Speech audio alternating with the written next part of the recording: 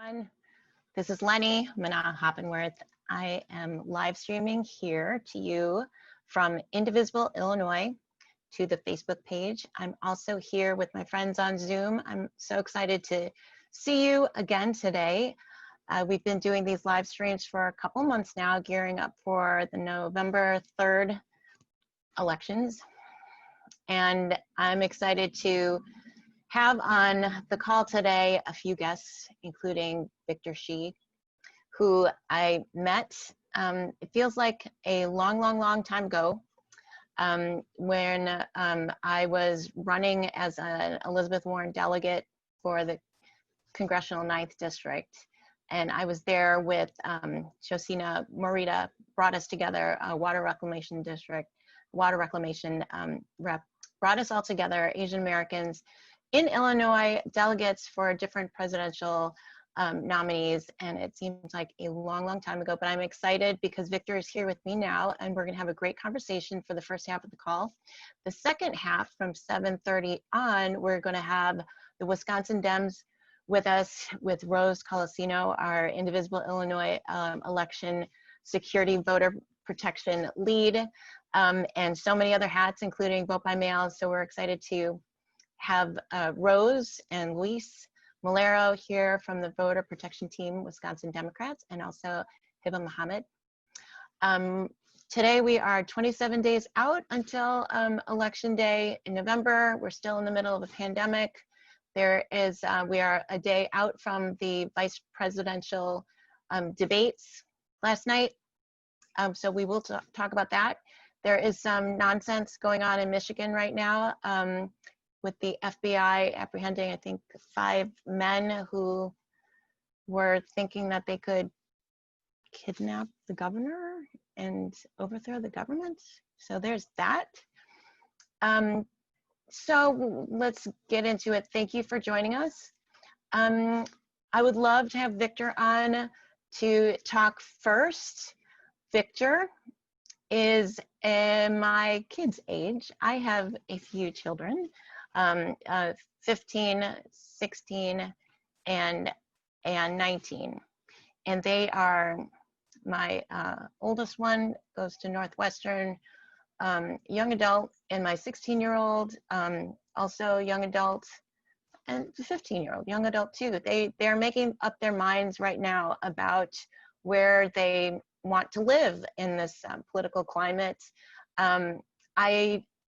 I am grateful that they can come to me and we can watch the debates together and have these great conversations together. I think that's really the way we're going to turn the barge around right now, is by continuing to talk to each other. I know my friends and family, they are not all Democrats, they are not all liberal. I want to understand what's on the other side. I don't understand it. I don't understand the world in which they're describing to me, where they're saying the same words that I am saying. They say they want peace, they say they want justice, and they say it with real sincerity, but they are really far away from me. So I'm grateful that Victor can come on and talk about the conversations that he's been having with our friend Jill Wine-Banks, who was a special prosecutor during the Watergate trials, and also an author, NBC commentator, MSNBC commentator. Victor is an incoming freshman at the University of California in Los Angeles, and he is a graduate of the Adlai Stevenson High School in Lincolnshire, Illinois, and he was elected as the youngest delegate for Vice President Joe Biden from Illinois. He's now an organizer for the Joe Biden campaign and the co-host of the Intergenerational Politics podcast with Jill Wine-Banks, as I mentioned. And Victor, do you remember the last time we saw each other? It seems like so long ago. Yes, I do. And I remember the amazing Mediterranean food that Josina put together for us. Felt like so long ago, but I'm really glad that we can be here to have this conversation virtually, I guess, like everything else. But yeah, that was the first time I met you. And then, since then, so much has happened, but, we're all here surviving and making it through the COVID pandemic. Victor, I was just listening I was listening to a couple things. One of them was they covered your experience being a delegate for the conventions this year, and I hope that you could just kind of describe that a little bit. What did you take away from that whole experience? And I would just love to first maybe just to orient people who have never heard about what a delegate is, if you could just if you could just explain that a little bit, and then maybe talk about the reason why you were excited to become one. Sure. So running to become a delegate is a really confusing process. For those of us who have done it, I think that we can also say that it is unnecessarily confusing. So basically, when you run to become a delegate, you usually first attend one of the state meetings hosted by the Illinois Democratic Party. So I attended one, I believe it was in Waukegan. There you kind of connect with the campaign, see what's going on, see how you can get involved as a delegate. You fill out this short application. So I filled one out for Joe Biden, just saying like where I'm from, a little bit about me. And then that kind of gets, sorted through with the campaign that you are looking to represent. And then they choose about 3 to 6 delegates, depending on how big your congressional district is, to, run to become a delegate. I was fortunate to be chosen with State Senator Julie Morrison, as well as State Representative Jonathan Carroll and some other key Democratic insiders. But really, going into this delegate process, I was this, 18-year-old, 17-year-old at the time, and running to become a delegate. And it was like, to collect petition signatures during the winter, you had to, go to the train station to get people to sign, your petition forms. It was just this really, long process that I didn't really expect, and I didn't really have any expectations for as election day came up. I thought that, being, running against 4 other really qualified people, that, I was just, doing it for the experience. But I was fortunate enough to be chosen as a delegate. And then that was around March. So then around like June, July, we were doing these delegate calls with the Illinois Democratic Party, and they were saying, you might have a slight chance of still going to Milwaukee. So there was this like faint hope. And then, obviously with the pandemic evolving throughout the summer months, that wasn't possible. So it was all a virtual delegate experience. And so, that virtual delegate experience was a really interesting process. I remember watching the 2016 delegate DNC convention in Philadelphia, and one of the most exciting moments for me was seeing all of the red, white, and blue balloons drop from the ceiling, and all of the delegates throwing them around. It was just such a celebratory atmosphere that, it really only happens every 4 years in politics, that moment when you can celebrate with thousands of other delegates. And so I was really looking forward to that experience, but that didn't happen. So everything was virtual. We, we watched everything from home. And then some of the caucus meetings that would happen in person, usually at those DNC conventions, they all happen online virtually. So it was just this virtual experience. And I think they pulled it off really well. Absolutely. I thought that was an amazing experience. I watched most of it. Also, I was really grateful to see so many different faces. I mean, that's I guess for me, selfishly, I got to see up and close everybody's faces. But I look forward to the day when we can be together in person. So tell me about the, in 2016, you were talking about 2016, you were watching the convention. In 2016, you were, I think, like 13? Yeah, I was in 8th grade. So like that summer was I just graduated junior high school and then was about to enter Stevenson High School. So tell me, I just want to understand, like, how is it that you get into politics that young? Like, what is it? Tell me that story.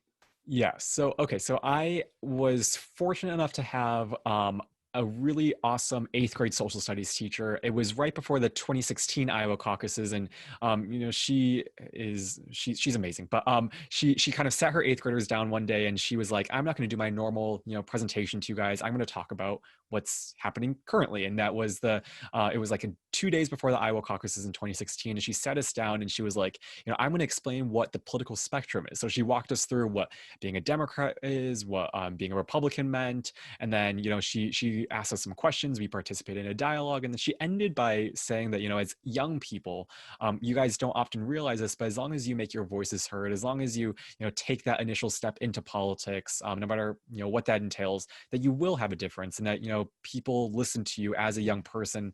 And so it was because of her words that I kind of got involved in politics. And so that summer, I was just a volunteer with the Brad Schneider campaign, and then got involved with the Brad Schneider campaign out in the 10th district as just an intern for the campaign. And it was all because of her words, just saying, as young people, we can really make a difference as long as we take that initial step forward and jump into the political arena. And I really, it's been such a wonderful experience. And I think I quickly learned that politics is such a small world. I met some people on the campaign, and then 4 years later, I'm still like, their names come up in these conversations, and it's like such a small world, but it's really wonderful world.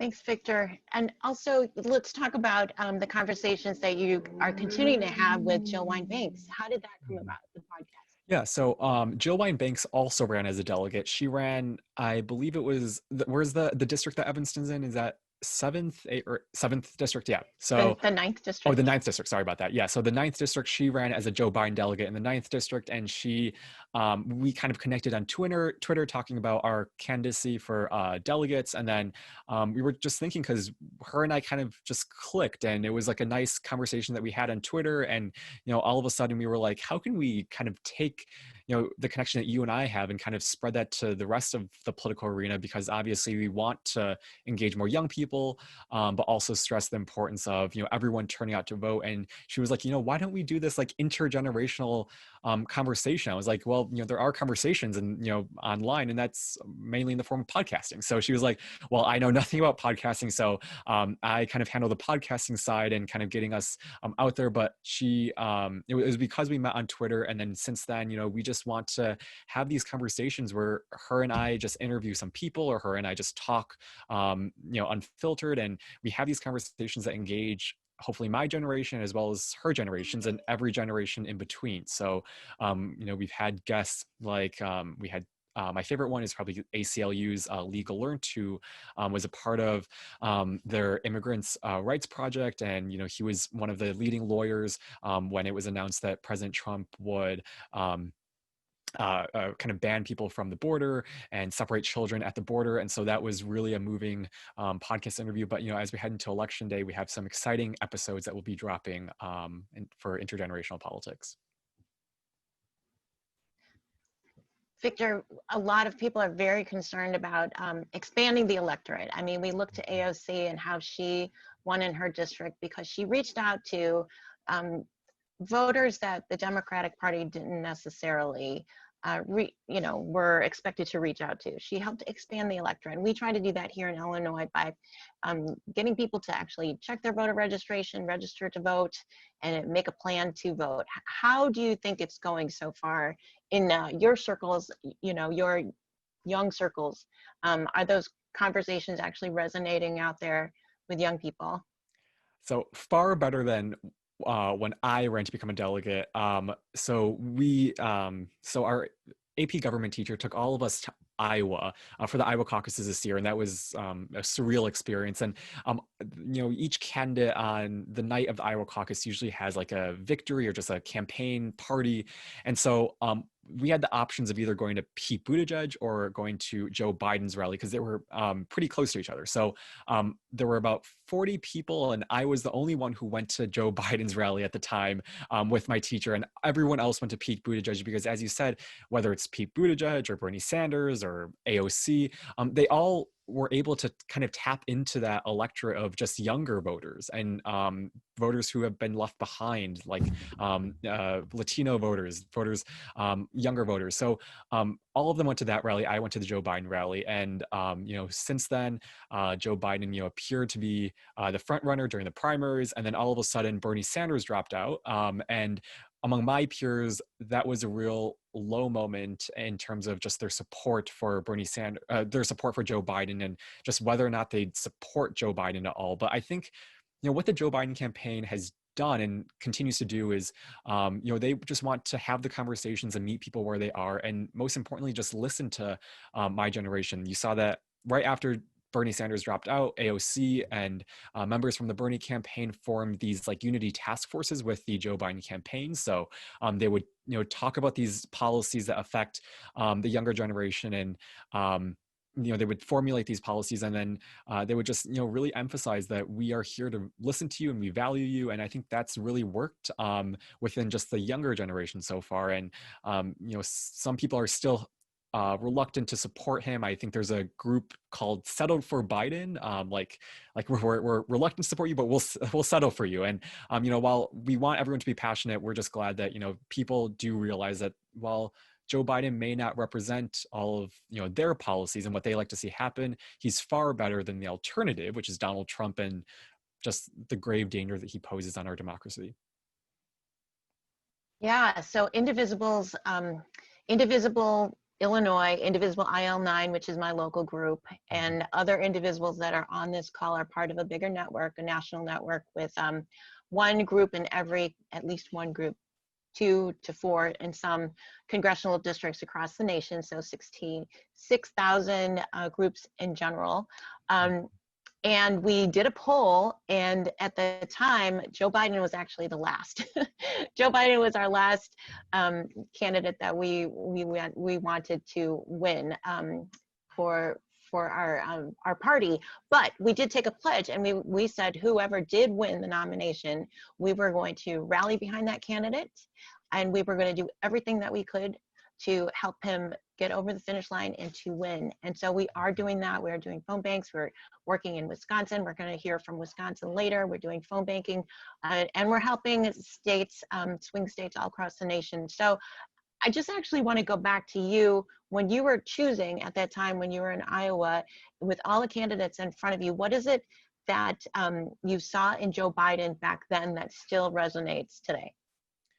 Yeah. So initially, I'll just go back a little bit. Initially, I supported Kamala Harris and Elizabeth Warren, kind of split at the beginning. I saw Kamala Harris at this fundraiser in Chicago. She was just electrifying, and just the idea of having an Asian American, a Black American, and just a female as president was really exciting. And I also saw Elizabeth Warren when she came to Chicago. She went to the Ida B. Wells Auditorium in the city, and her speech was electrifying per usual.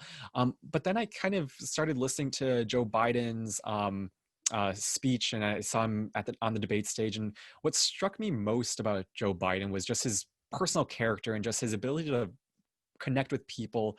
As people may know, he had a stutter when he was younger. He took a long time to overcome that, still has to work to avoid that stutter, but he faced a lot of criticism from his peers. And then aside from just his personal stutter, he also faced tremendous loss, losing his son Beau Biden and also his wife. So it's just really just tragic, just the amount of personal grief and loss that he's experienced. And I think that serves him well. We see him every single time he talks, every single time he's on that debate stage against Donald Trump. His empathy is really just the one thing that separates him from everyone else. And I think it's just his kind of this natural sense to connect with voters. And I thought that was really special and something that we need, especially when things are so polarized, when we have so much going on. You mentioned how there were 5 or 6 people wanting to kidnap Governor Gretchen Whitmer in Michigan, and that's just this broader problem that we have in our country right now of just people will go to any lengths to defend their candidate. We really just have to unite everyone together to kind of see a government that works for all of us. And I thought Joe Biden was the candidate to do that, and I hope he and I know he still will be as we head into the election and after the election.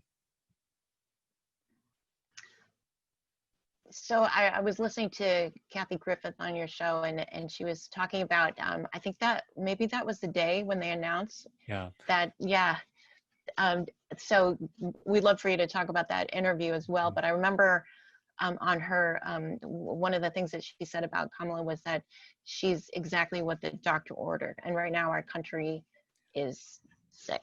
We have a virus for sure, and we are sick in so many ways. But do you want to talk about that a little bit? What do you think about Kamala Harris as on the ticket with Joe Biden? I think she's perfect.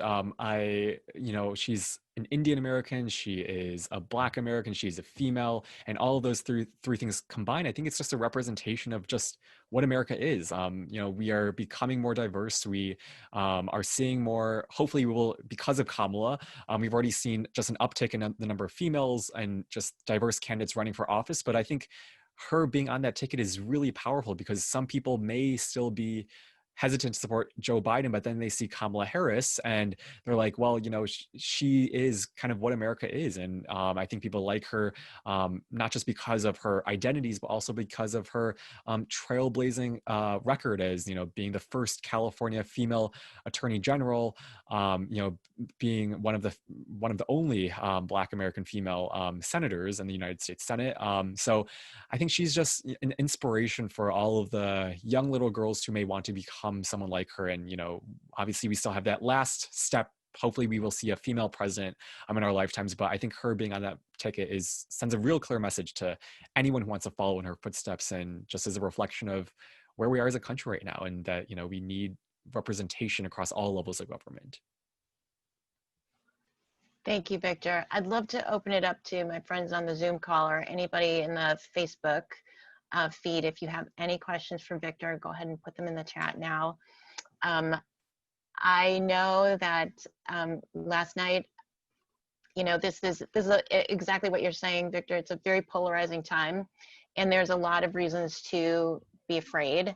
It is time to unify. I was glad to be on a Zoom call last night, talking about Zoom calls with other Indivisibles to watch the debate party. I also voted with my friends on Zoom. We're leveraging Zoom as much as possible so that people will understand that, at this time, we need to lean on each other, right? We need to lean on each other. We need to build up community and any way that we can. And right now we know the way to do it is socially distanced with a mask on, meeting people where they're at for sure. But if possible, if we could do it safely on Zoom, we're going to do that too.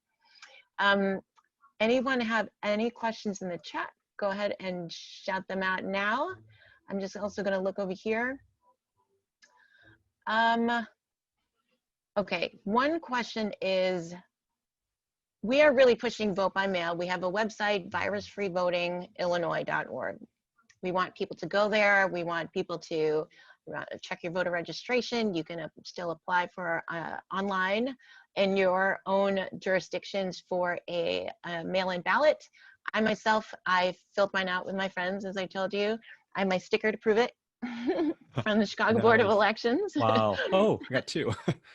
Yep. And I went to, yes. And so I filled it out. I put it into the envelope. I signed it, and I dated it, and I brought it downtown to 69 West Washington to the super site, and I videotaped myself putting it into that secure Dropbox. That was on Tuesday. Today, just a few hours ago, I got an email saying that my ballot is getting processed. I'm really excited about that. So I guess, this vote by mail law, we're super excited. I'm glad that you're working with Julie Morrison too, because I know, and Rose will speak more on it later, that this vote by mail legislation that passed this year is temporary, right? It's going to expire at the end of the year. So what do you think is going to happen in January? Do you have any thoughts about that? Because I know for us, we've been really pushing vote by mail. We want as many people as possible to actually make a plan to vote, and hopefully they will make a decision to themselves that they will get a mail-in ballot, they will fill it out, and they will just put it in either the mail or they will put it in a secure Dropbox. But we don't know what's going to happen after this election. Do you have any thoughts about that? Yeah, so I think like a lot of the things, coronavirus kind of laid bare a lot of the issues that we have in our society, whether it's racial justice, but also just broader problems with our democracy and voting. So I think a lot of the reason why we saw this vote by mail push by a lot of these states was just so we can expand that right to vote so that everyone can vote safely and at home and, in a way that won't harm others. And I think, vote by mail was one of those ways that you can just easily cast your ballot and kind of drop it off and, vote in this safe way during this pandemic. And I hope that after the election and after this pandemic passes, that we'll kind of learn from what we've passed. Vote by mail is something that we should have all the time so that people can vote if they, maybe you can't vote because you're sick, maybe you can't vote because, you have children, but vote in person because you don't, because of those reasons. But I think vote by mail is a nice way for you to just, easily vote and do it in a way that, makes it easier for yourself. And I hope that Illinois and Governor Pritzker and Mayor Lori Lightfoot work out a solution that after the election and for the next general election or primary election that we see vote by mail across the board, because I think it's a really nice solution to increase voter participation, make sure that everyone is able to vote, and that will directly lead to better government, better representatives who represent us. So I just hope that this model continues and that some of these representatives and state senators will say, look, like this worked, and this should carry until forever. So hopefully we'll have that. Victor, thank you for joining us. I really appreciate your time. Thank you. And do you want to shout out how people can listen to your podcast? Sure. Yeah. So we do like weekly podcasts, and you can find us on Apple Podcasts, Spotify, Google Podcasts, wherever you get your podcasts. And I hope you enjoy them. Thank you, Victor. Thank you so much. Of course. Thank you. I'm going to pass the mic to Rose, who is our amazing leader and I hope, Victor, you stick around because I would love to take a screenshot with all of us at the end of this call, because I know you're going places. Everybody listen, follow Victor Shi. He is going places and we want to follow you wherever you go. Thank you, guys. Victor is 17 and 18, 17, 18, and he's 18, yeah.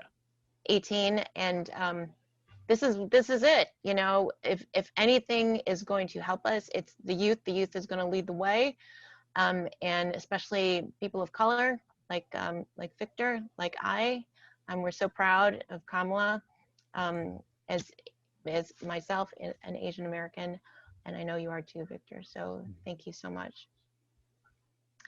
Okay, so Rose, thank you for being here. I know you're busy. You've been hopping around and you have had so many engagements in the last week and maybe the last couple of months with nothing else to say except thank you, Rose, for everything that you're doing to help us in Illinois expand the electorate.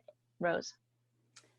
Of course, and my pleasure being here. I just want to do a shout out for Victor's podcast. The reason why we were connected is because poor guy, he sent me a Facebook message, and he was talking about his podcast, and I did go ahead and listen. It was the podcast, I believe, Victor, with you and Joe Winebanks talking about the last debate. It was fascinating. I listened to the whole thing, and you really do a terrific job. I have to go back and rate it A+. So I really encourage everybody to listen to this young man. He can teach us all quite a bit, along with Joe Winebank. So thank you for that. And turning the tables a little bit, let me briefly introduce myself. As Lenny mentioned, I'm the election security voting rights person for Indivisible Illinois. And I have been working since 2016 on two major areas. And one is Wisconsin. I felt early on, call it women's intuition, that Wisconsin was going to be very, very critical to our 2020 election. No pressure at all, Heba and Lewis. I really think that democracy just really depends on what you're doing right now. My opinion, I think, shared with many others, and I know the two of you have been tremendously busy. And I just want to mention, prior to this, because we do back-to-back Zoom calls, I was on a voting panel with the Museum for Contemporary Photography. And I was honored to be on that panel with Fair Fight. I think that's an organization that has connections to Wisconsin voter protection, most definitely, as well as Chicago Votes, and touched on the young people voting. So thank goodness for that and the fine work that they're doing, as well as Lawyers Committee. It was interesting to me, all these crossovers, because very early on when I became interested in Wisconsin in 2018, and I met the great folks at Block. Soon thereafter, I ran into the gentleman that was hired to lead the Wisconsin voter protection team by the name of David Kroenig. And he told me his affiliation was Fair Fight. So it's just, it's great and fascinating, and so useful to know that we're all collaborating, working together, and that's how we make it happen, right? And the words of a hero of mine, I'm sure a lot of yours, we're getting into some good trouble here. And most definitely, I don't know if you said this, necessary trouble.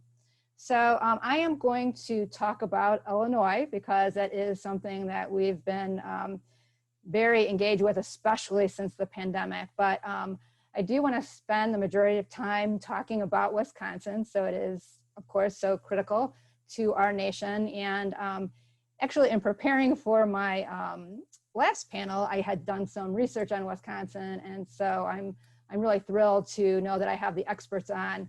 I know that there was, I've got to tell you, Louis, I don't really know your attorney. There was a decision that came forth. Don't really understand it. I'll be asking you about this. A federal appeals court effectively disenfranchised thousands of Wisconsin voters in a 2-to-1 decision on Thursday. So I just quickly was trying to read that prior to the last panel. So I'm looking forward to giving you a heads up to your comments on that. But if we could, Illinois, of course, we are not a swing state, but we also are very important. We're trying to pass something called the fair tax, which is going to be critical, we feel, for the financial viability of the state. And essentially what we've been doing whenever the pandemic hit for the last, losing track of time, people 6-7 months, we've really been heavily promoting vote by mail. And I've got to do another shout out to Wisconsin, because I was on the hotline in April, and a lot of what I'm bringing forward to Illinois is based on what I learned in Wisconsin and being on that godforsaken situation that voters had in April, and the Herculean job that Wisconsin voter protection did, as well as the election officials. But back to Illinois. So we have very heavily been promoting vote by mail online, because that's not what we say you should do. That is what the election officials are heavily promoting. With that, we are getting some concern, because I think, unfortunately, a lot of voters are hearing some false narratives. We don't have to delve too deeply into that from the administration, from the GOP, but we're marching forward with the truth. And we are pushing that narrative as strongly and forcefully as we could. And we have a number of action steps. We're trying to make our movement as action-oriented as possible. And my friend Kelly is going to post some things in the chat. We have Twitter storms. We also have phone banks. And I just have to give another shout out to that amazing website that grassroots volunteers put together. It's really, really off the charts. And once again, it's www.virusfreevotingillinois.org. And it does link you to all 108. We only have 108 in Illinois, Wisconsin. I know you have 1,000 something.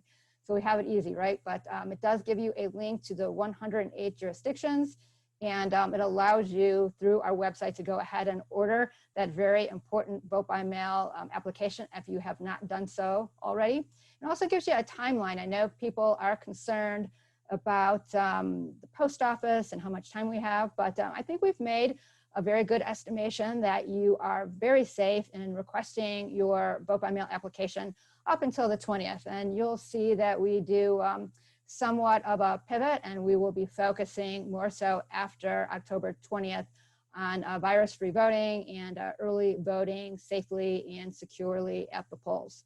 I just want to mention a couple of bullet points before we move on to Wisconsin exclusively exclusively. And this comes from what I've been hearing, some concerns that I've been hearing from our voters, and even in fact from some indivisibles.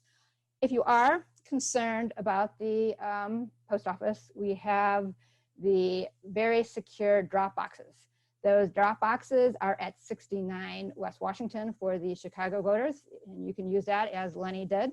And also in Chicago, we're going to have, starting the 14th, early voting is going to start in mass 50+ locations in suburban Cook. It's going to open up on October the 19th, 50 or so locations, and all of those early locations will have drop boxes. So you can plop that vote by mail application into any of those drop boxes. Not to say that there aren't some locations open right now. For example, in Chicago, October the 1st, there is early voting and drop boxes open. I also want to talk a little bit about counting. I've received a ton of questions about this. And I've had folks ask me, well, if I vote by mail, my ballot isn't going to be counted until later. I'm going to go ahead and early vote. I'm all for everybody early voting if that's what they want to do, but I just want to make sure that everyone makes a informed decision. So we were fortunate on our internal meeting yesterday. We had James Allen on, and he's the communications director for Chicago Board of Election Commissioners. And he has told us, as well as James Nally, who's on the suburban Cook side, that the way it works in Illinois is that all ballots, vote by mail, in person, are processed together. And by law, they can only be processed. So as they can't come in, they're processed. We're fortunate in Chicago and suburban Cook to have machines to do some of that work for us. They cannot be counted or, in some lingo, tabulated until November the 3rd. And that's after the polls close around 7 o'clock. So I just want to get that out there. I gave a 30-minute presentation on all of this yesterday. I think that's recorded somewhere. You're welcome to listen to that. And we're very active on social media. But I now want to turn things over for the rest of the time that we have together to our friends in Wisconsin. I'm going to go ahead and introduce Heba, and then I'm going to introduce Louis. And if there is time, I have a number of questions, and I would love to get your expertise and insight and information from you. And let us know. We're all doing double, triple, quadruple duty, I think, here. We're working on Illinois. I did actually get an email from some friends that even outside of your organizations that are requesting help in Wisconsin. So the need is there. You're doing such important work. So without further ado, I want to go ahead and introduce Heba. So yes, I like this phraseology, but I also believe it strongly. All roads to the White House lead through the great state of Wisconsin. And I am happy to know Heba. Heba is currently the Distributed Organizing Director for the Democratic Party of Wisconsin.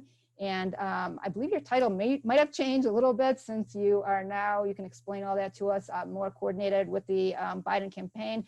But essentially, Heba is our saving grace, is the way I look at it. She has been instrumental in activating out-of-state volunteers like those of us in Illinois who have been interested in Wisconsin since 2018. And I think we're overloading some of the regional folks that are working on Wisconsin Dems, because I think we were sort of not giving enough time for the Wisconsin volunteers because we really want to help. So Heba, thank you for your leadership. So just a little bit about Heba's past experience.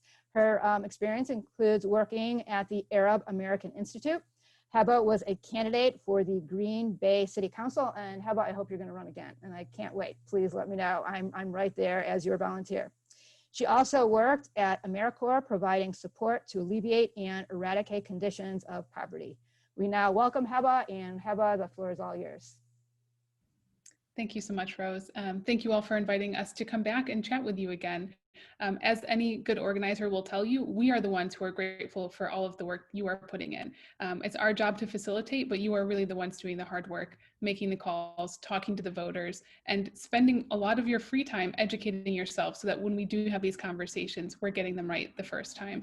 So thank you all. Really excited to be talking to you. 26 days from Election Day. Voters are voting. And in the great state of Wisconsin, we've had about, well, over 500,000 people cast their ballots already. So this is not, just a phrase that we're saying, this is reality. There are people who are casting their ballots, myself included. Just filled mine out yesterday, and actually, Rose, you'll enjoy this. My witness was our friend Jared from Swing Left.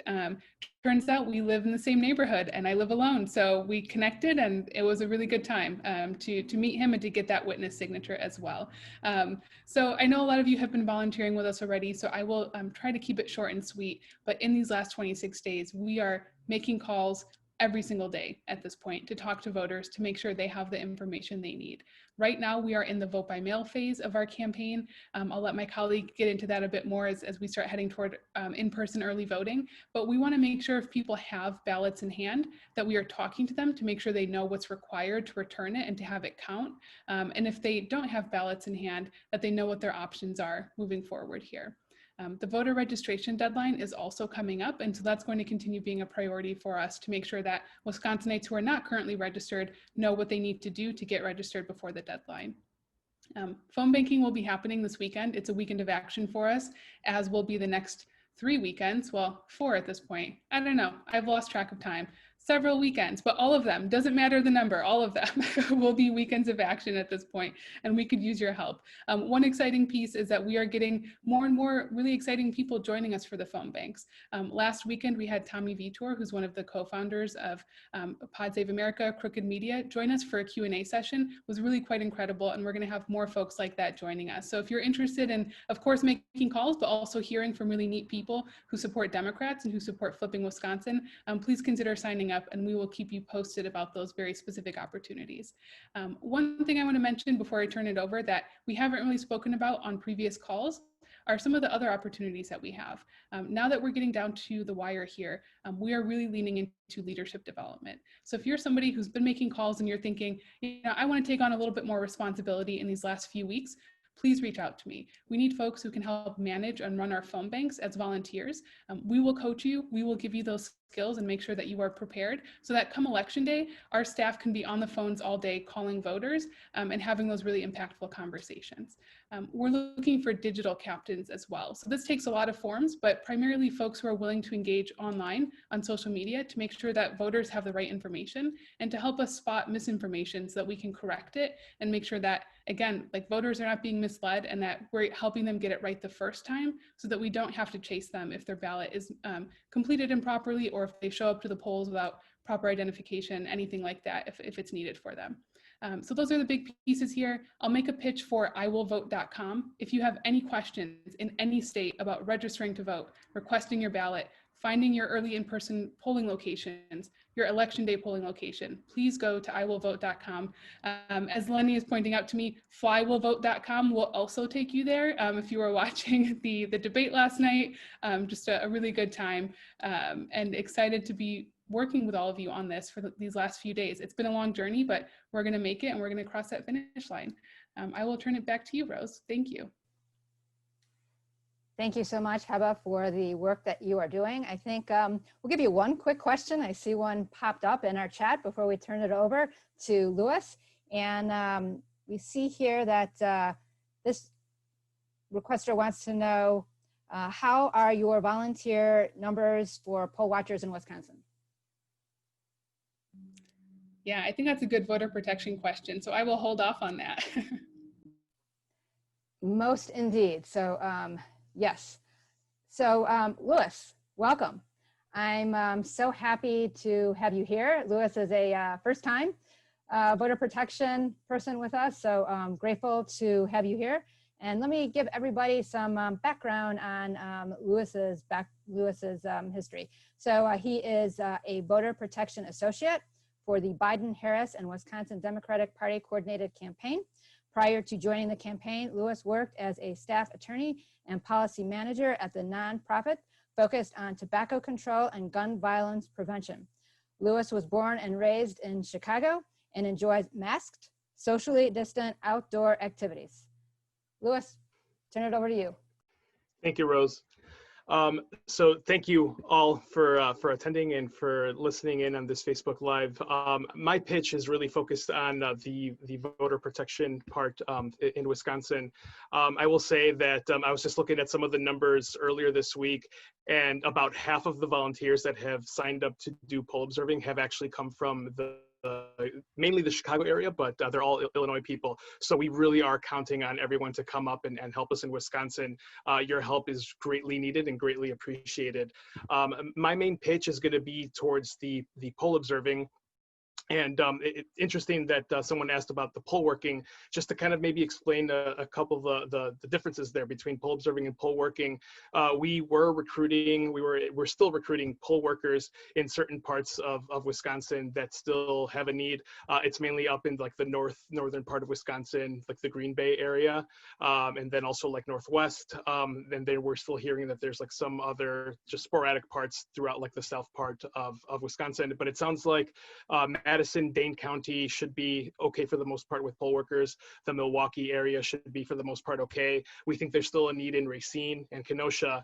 But in order to be a poll worker, you actually do have to be a Wisconsin resident. And what we've been doing is just recruiting Wisconsinites to sign up to be poll workers. And we essentially do a soft handoff over to their local clerk, their municipal clerk, who is the one that signs them up and then trains them in the process and then assigns them to their poll working location. What we are doing as the Wisconsin Democrats is recruiting and looking for people that will be our eyes and ears on Election Day, and then also during the early voting period of October 20th through November 1st. And so this is where the Illinois and Chicago people have come in and have been really, really enthusiastic to come up and help us in Wisconsin. So we will be training everyone on what it takes to be a poll observer, the great materials that we're still putting together that we will go out. Our first training is actually going to be this Saturday, but we have a few more trainings next week and even the following week after that. And so essentially what it'll be is, like I mentioned, eyes and ears. We do hear that the Trump campaign is also going to have some poll observers, but probably not a significant amount is what we're hearing. They're going to be just in a couple places, but we still need people everywhere in all the polls throughout the state. Essentially just to watch out for like any sort of like voter suppression things that might be happening, any intimidation outside or things that they shouldn't be doing inside the polls. This is what we will train you on. And so then you will also be connected to staff members like myself and other volunteers who you will be reporting what you're seeing and what you're witnessing, and then they are the ones that will then kick it up to the proper sorts of like authorities or just move it up the chain to address and deal with it. And we're going to have a team of attorneys that are going to be working on Election Day, and it will also be having those same sorts of volunteers and attorneys that will be working throughout the early voting period as well. So I know that I shared some links, and I'll try and put them on the Facebook chat as well.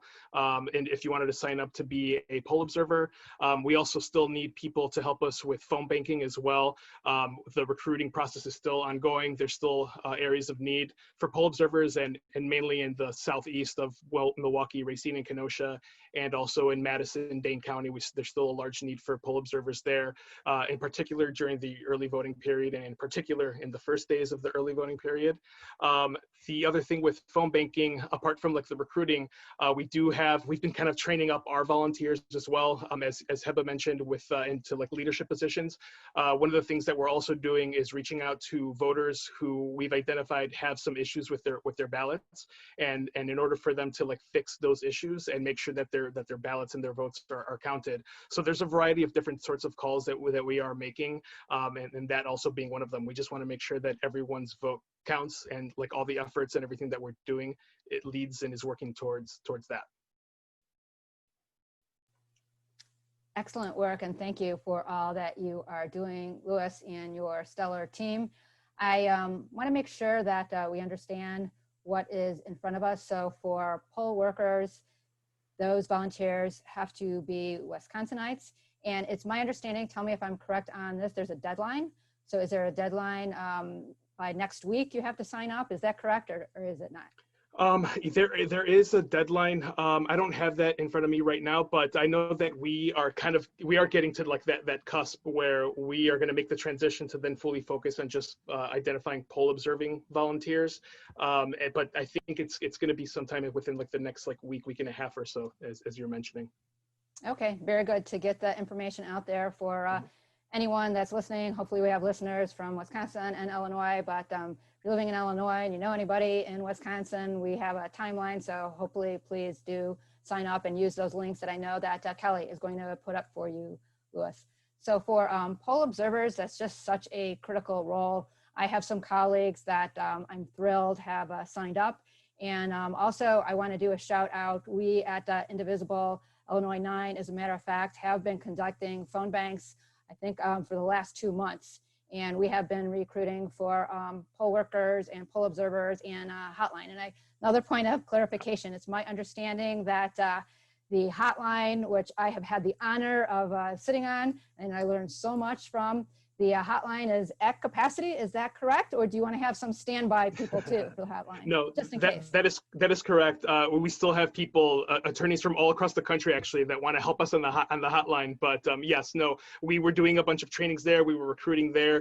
But as of maybe like a couple of weeks ago, we're at capacity, and so we have all the help we need there. But thank you for mentioning it. That's great, and thanks for welcoming me. I am not an attorney, but I do now know Wisconsin election law, and it's fascinating, especially around the time of April with everything that was going on at that time. So Yes. poll observers is where it's at, it sounds like. So we encourage everybody out there. We know that the consent decree was lifted. Do you want to, I think we have some time. Can you talk about that, just to encourage people a little more so to sign up to be poll observers? It certainly did get my blood boiling when I found out about the lifting of the consent decree. Yes, so I must admit that I have not read the opinion. It's hard to find time to sort through those sorts of things, although my bosses above me definitely have read that opinion, because it's really like their job to be fully aware of everything that's happening there. But my understanding is that I know that there was going to be the potential opportunity for people to submit their ballots through November 9th. And so the big thing with this decree that was just handed out today was that everyone has to have their ballot in by November 3rd. Everyone's vote will be counted, but it must be in by November 3rd. I think one of the other things was to extend the voter registration deadline beyond what is currently in the state law. And that's going to be like a hard cutoff too. And I'm sorry, I forget what date that is, but there's going to be a hard cutoff there. And I know that the decision was a 2-to-1 decision. And if anyone's interested, if there's any law nerds out there, my understanding is that the dissent was pretty fiery, and it was very focused on the importance on Wisconsin and how it's going to impact Wisconsin voters. So the only way that we can overcome some of these ongoing suppression related issues is to have as many volunteers as possible to come up and help us and be our eyes and ears, and just to make sure that everyone's vote is counted. Amen. Well, I'm even more so encouraged, and I've been encouraged for a long time. Are there any questions that we're getting from Facebook, or any questions? Yes. Kelly, can you help me out? And oh, I see it right there. All right.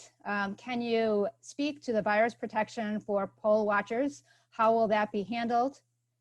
Okay, there you go.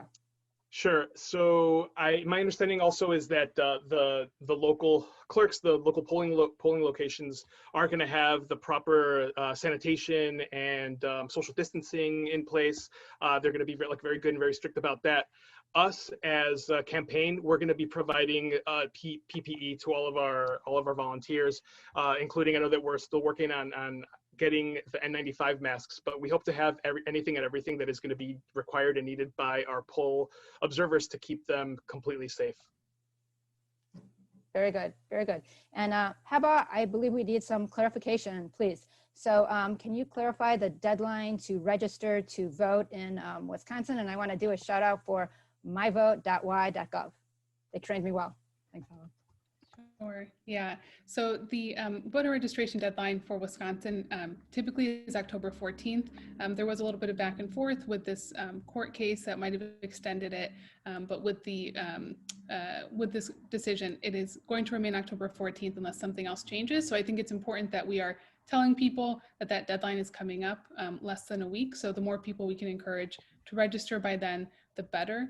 And yeah, we'll take it from there after that. Very good. Thank you so much. I see that we're getting very close to 8 o'clock. So please let me know if anybody has anything else. I just want to tell you all how grateful I am to be with you this evening. Thanks for being here. Thanks for all of your hard work.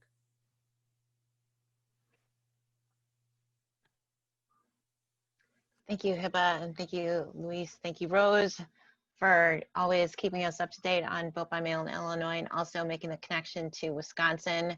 Absolutely, we have a lot of people who are engaged with Wisconsin Dems. We're so grateful that you're able to actually join us here on these calls, Heba and Luis. It's always good to put a face on the party in Wisconsin, and that is you. And we are working for you, and we're working for you every day.